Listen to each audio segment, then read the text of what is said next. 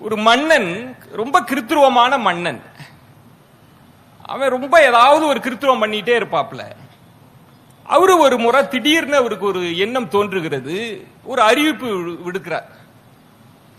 நான் இதுவரைக்கும் காணாத ஒரு உடையை, நான் இதுவரைக்கும் சிலிர்க்காத ஒரு உடையை யார் வடிவமைத்து வருகிறார்களோ அவர்களுக்கு பொற்காசுகள், மிகப்பெரிய பரிசெல்லாம் உண்டு. ஆனா ஒண்ணு கண்டிஷன், அப்படி ஏதேனும் நீங்க ஆடை எனக்கு பிடிக்கவில்லை என்றால் சவுக்கடி நிச்சயம் அப்படின்னு சொல்லிட்டார். சில பேர் எல்லாம் ஒதுங்கிக்கிட்டாங்க.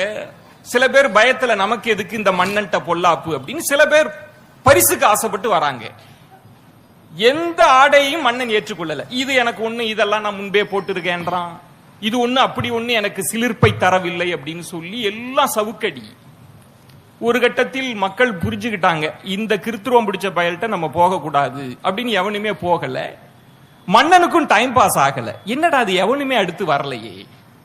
அடுத்து இது போல ஒரு பெரிய கூட்டத்தை கூட்டி உணர்ச்சி பெருக்காக மன்னன் பேசுகிறான். நம்ம நாட்டுல ஆகச் சிறந்த தையல் கலைஞர்களே இல்லையா, எங்க போனீங்க, கலைநயம் இல்லையா அப்படிலாம் பேசுறாங்க. ஒரு பய ஏந்திரிக்கல. அவனை உன்னை பத்தி தெரியும்டா, நாங்க வரமாட்டோம், எவ்வளவு ஊசி பேத்தினாலும் வரமாட்டோம். அதுல ஒரே ஒரு ஆள் கையை தூக்கிட்டான். மன்னா நான் இருக்கிறேன், நான் வடிவமைப்பேன் அப்படின்னு. எல்லாருக்கும் ஆச்சரியம். அந்த தையல் கலைஞர், டெய்லர்னு சொல்லுவாங்க இல்லையா, நம்ம ஊர் பாஷையில சொல்லணும்னா ஒரு ஜாக்கெட்டை கூட சரியா தைக்காத ஆளு. அவன் கையை தூக்கிட்டான். நான் இருக்கிறேன் மன்னா அப்படின்னு. எல்லாருக்கும் ஆச்சரியம். மன்னாவை 7 நாள் கொடுங்க, ஒரு வாரம் டைம், நான் பாத்துக்கிறேன்.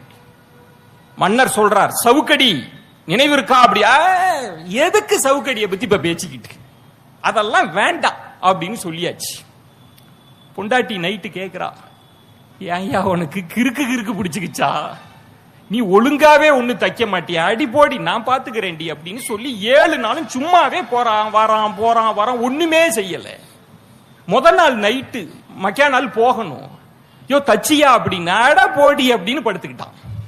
என்ன இவன் கிறுக்கு கிறுக்கு பிடிச்சிருச்சா அப்படின்னா காலையில எழுந்திருக்கிறான்.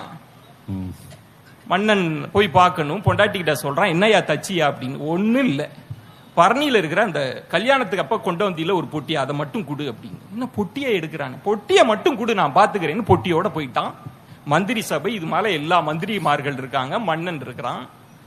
என்ன ஆடை கொண்டு வந்தாச்சா அப்படின்னு. கொண்டு வந்துட்டேன் மன்னா. அப்ப எடுத்து எல்லாம் எதுக்கு காட்டிக்கிட்டு, நேரா ஒப்பனை அறைக்கு வாங்க, டிரெஸ்ஸ மாட்டிக்கிட்டு வரணும் மன்னா அப்படின்னு.